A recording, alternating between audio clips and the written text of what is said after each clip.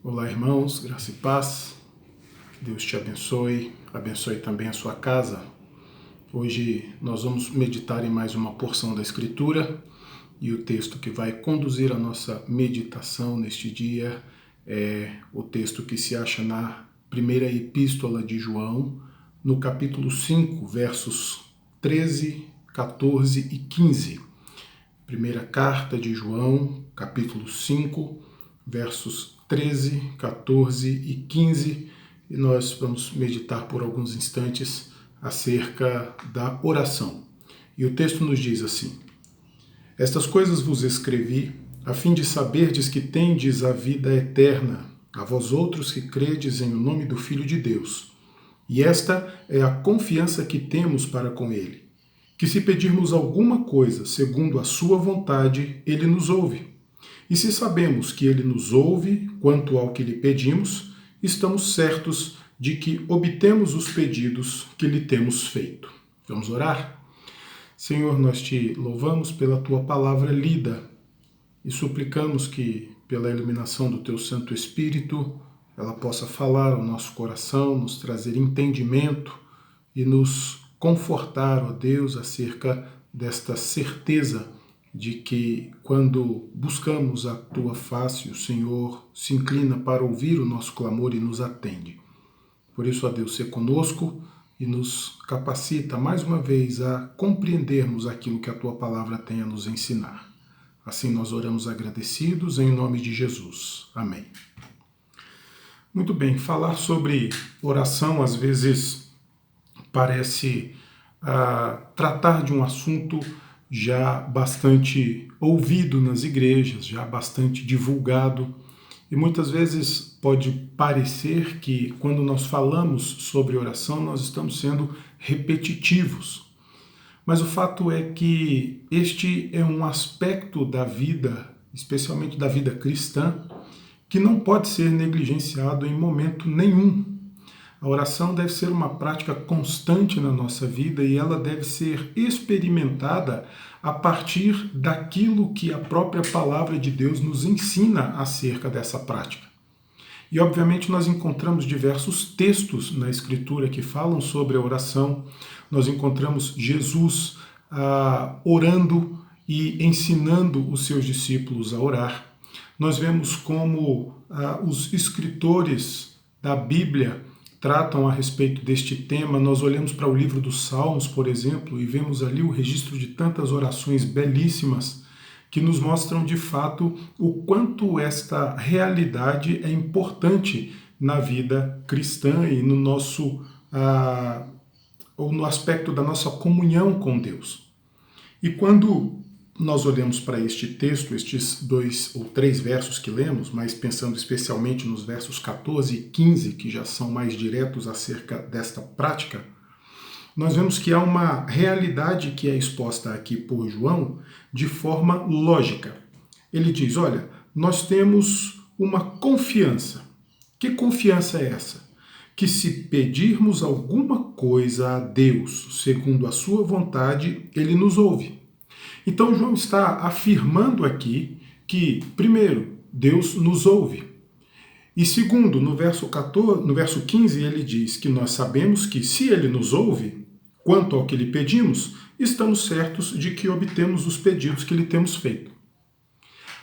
Estas realidades são muito claras no texto, mas elas precisam ser percebidas e compreendidas à luz de todo o contexto da Escritura, para que nós não venhamos a nos equivocar ou sermos enganados pelo nosso desejo de sermos ouvidos por Deus, de forma diversa daquela que a palavra de Deus ensina a respeito de como Deus nos ouve, de como Deus nos atende. E João constrói este texto de forma muito clara, dizendo que quando nós pedimos alguma coisa segundo a vontade de Deus, ele nos ouve.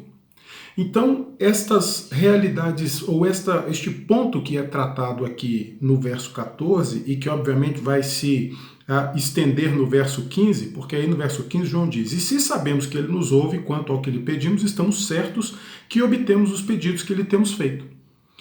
Talvez a gente possa, de forma equivocada, então, entender que tudo aquilo que nós pedimos a Deus, Ele vai nos atender porque Ele nos ouve.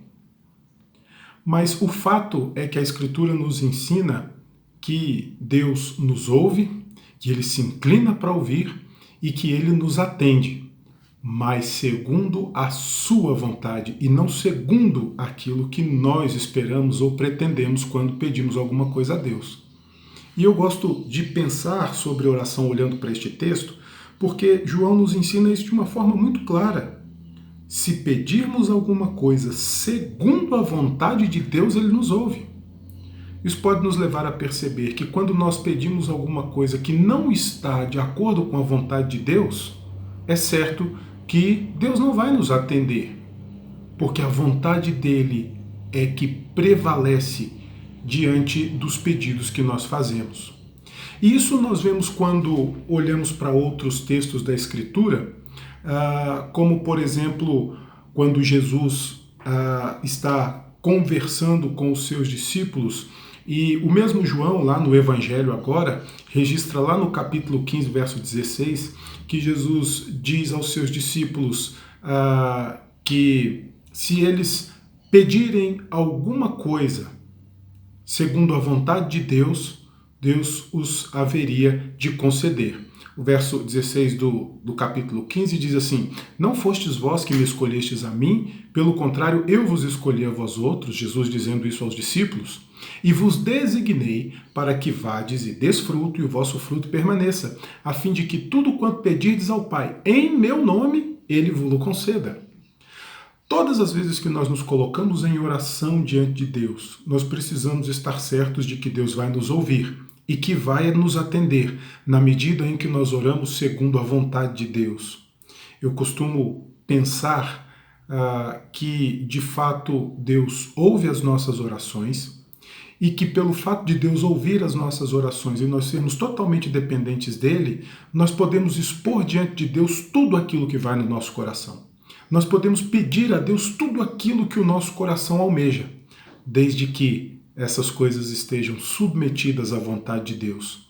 Você pode orar por cura, você pode orar por um emprego, você pode orar pela solução de um problema familiar, você pode orar por conta de alguma aflição que esteja no seu coração, mas é preciso pedir estas coisas segundo aquilo que a vontade de Deus estabelece. O apóstolo Paulo faz um pedido muito interessante a Deus numa de suas orações e ele vai nos trazer esta informação dizendo que por 3 vezes ele pediu a Deus que o livrasse de um espinho que ele tinha na carne. E Deus não livrou. E disse para ele: a minha graça te basta. Você pode viver com esse espinho, porque a minha graça ela é maior e mais abundante do que a dor e o sofrimento que esse espinho podem lhe trazer. E isso é o que te basta. E Paulo continuou vivendo com esta realidade, porque Deus não atendeu o seu pedido, não retirou o espinho que ele havia pedido que Deus o tirasse. Mas Deus diz para ele: a minha graça te basta. E isso é suficiente para nós entendermos como a vontade de Deus ela se manifesta na nossa vida. O próprio Senhor Jesus também por 3 vezes orou a Deus e disse: Pai, se é possível, passa de mim esse cálice. Esse era o pedido que Jesus estava fazendo. Só que ele continua orando dizendo o seguinte: contudo, seja feito como tu queres e não como eu quero. Seja feita a tua vontade e não a minha. Quando Jesus nos ensina na oração chamada de oração dominical, a respeito de como nós devemos pedir as coisas a Deus, ele ora assim: Pai nosso que estás no céu, santificado seja o teu nome. Venha a nós o teu reino, seja feita a tua vontade, assim na terra como nos céus. Nós oramos para que a vontade de Deus se manifeste, para que a vontade de Deus se cumpra. Mas nas nossas orações nós expomos aquilo que vai no nosso coração. E é interessante observarmos o que João escreve aqui agora na primeira carta. Ele nos ouve quanto ao que lhe pedimos e estamos certos de que obtemos os pedidos que lhe temos feito, se pedirmos alguma coisa segundo a sua vontade. Nós precisamos aprender a orar e a orar constantemente, colocando absolutamente tudo diante de Deus, mas submetendo todas as nossas orações à vontade de Deus.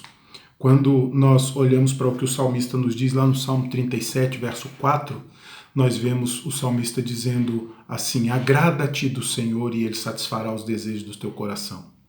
Isso deve mostrar para nós que na medida em que nós nos agradamos do Senhor, na medida em que nós estamos em comunhão com Ele, na medida em que nós estamos submissos à vontade de Deus, os desejos do nosso coração vão estar mais alinhados com a vontade de Deus do que com a nossa própria vontade.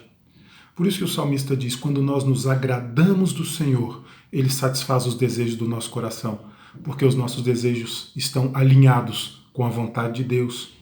E nós, muito pouco, vamos buscar tão somente aquilo que é propriamente um interesse nosso, mas, em geral, nós estaremos muito mais atentos a buscarmos a própria vontade de Deus.